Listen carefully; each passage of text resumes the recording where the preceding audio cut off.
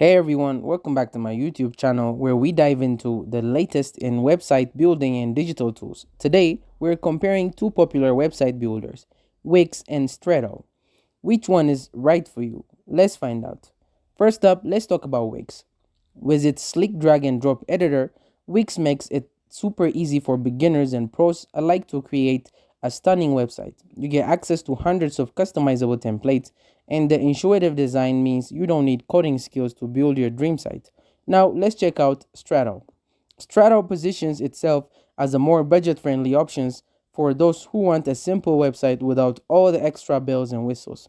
It's great for small businesses or personal projects, and it offers a variety of templates, although they may not be as extensive as Wix. So, which one should you choose?